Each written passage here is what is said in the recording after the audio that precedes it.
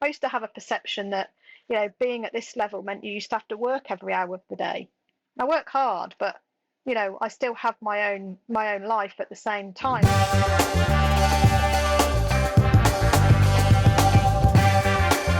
So, Josie, I know you've mentioned mentoring a couple of times, so I wanted to pin you on that because I know it's something that you believe in, something you've benefited from, Yeah, and something that you've obviously provided to people as well. yeah, And I've heard you talk about this in terms of the three sort of key concepts of aptitude, attitude, and ambition. yes. So, can you elaborate on that and also, in your experience, the importance and the value of a good mentor? I accumulated my kind of like thoughts into what I call the three A's. And it's, I suppose, what I've lived by in terms of my career, and why I think I've been um, successful in what I've done, in everything that I've done, right? And I don't mean getting to the level I've got to. I mean, I've taken this it literally into every role, whether that was a business analyst or a project manager. Success for me is not necessarily getting to a level; it's achieving an outcome. It's achieving it's solving the problem that you were there to solve, right, in the right way. And I've called it my three A's of aptitude, attitude, and ambition. Aptitude is you have to know, you have to lean into your strengths, you have to understand them, you have to cultivate them. Um, and once you realize that, you understand where you fit in this world or in this organization and what you bring to that team or squad or what have you that nobody else can.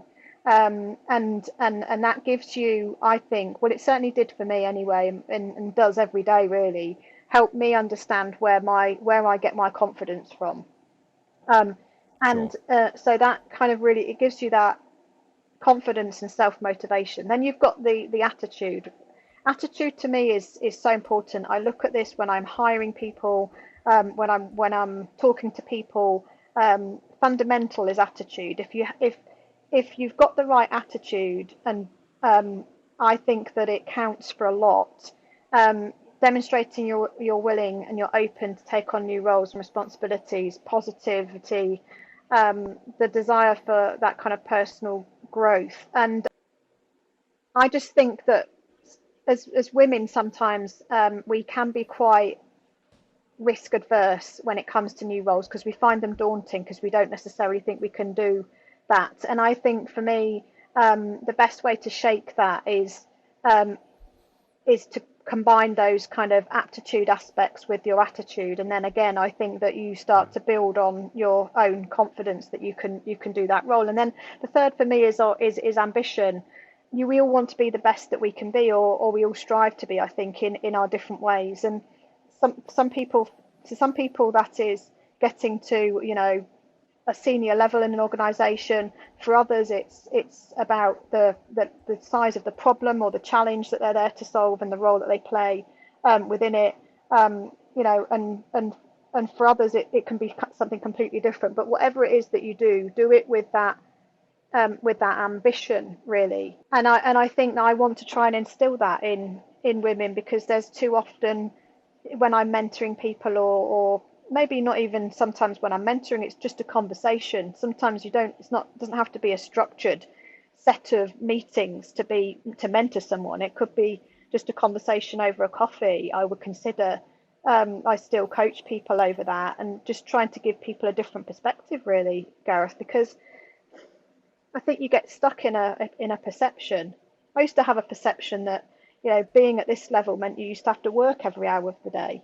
I work hard, but I still have my own life at the same time. And for a long time, that sort of put me off wanting to be at this level, because I perceived that was what I have to be. And I think breaking some of these things down and making people think a little bit differently just helps to unblock and bring some of those three A's to life, really, for people. So that's what I try and do.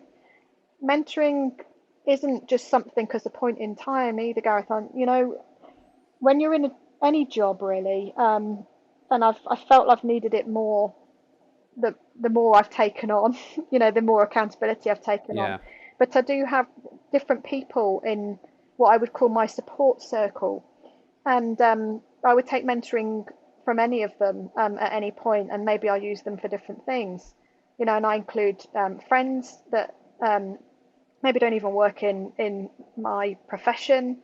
I would take advice from my husband, who, he's very different to me, he's very opposite to me, but he gives me a different perspective, as well as having professional relationships that I call on, and people that I speak to regularly as well in some cases, just to help me. And actually, I used to think that all of these people who were like really good and professional and high up and walked along as if they, just had been born like, confidence oozing out of Sure. them, brilliant speakers and all this kind of thing. And I used to think, well, I'm not like that. I'm not like that. And then you sort of realize that these people are not perfection at all.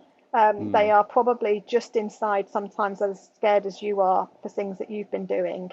They've got a little bit more practice, but most of the time, they've also actually got a good support mechanism around them. Sometimes you've just got to talk about it. I feel like that sometimes. I feel scared sometimes. I feel anxious. I feel like I don't know the next turn. And I have that mechanism around me that helps me to get through that and see the way through, and help me see different ways. Just the same as what I had when I was a business analyst or a project manager or any of the other roles that I've done. I didn't quite need it when I was in Asda, mind, but now I am. No, absolutely.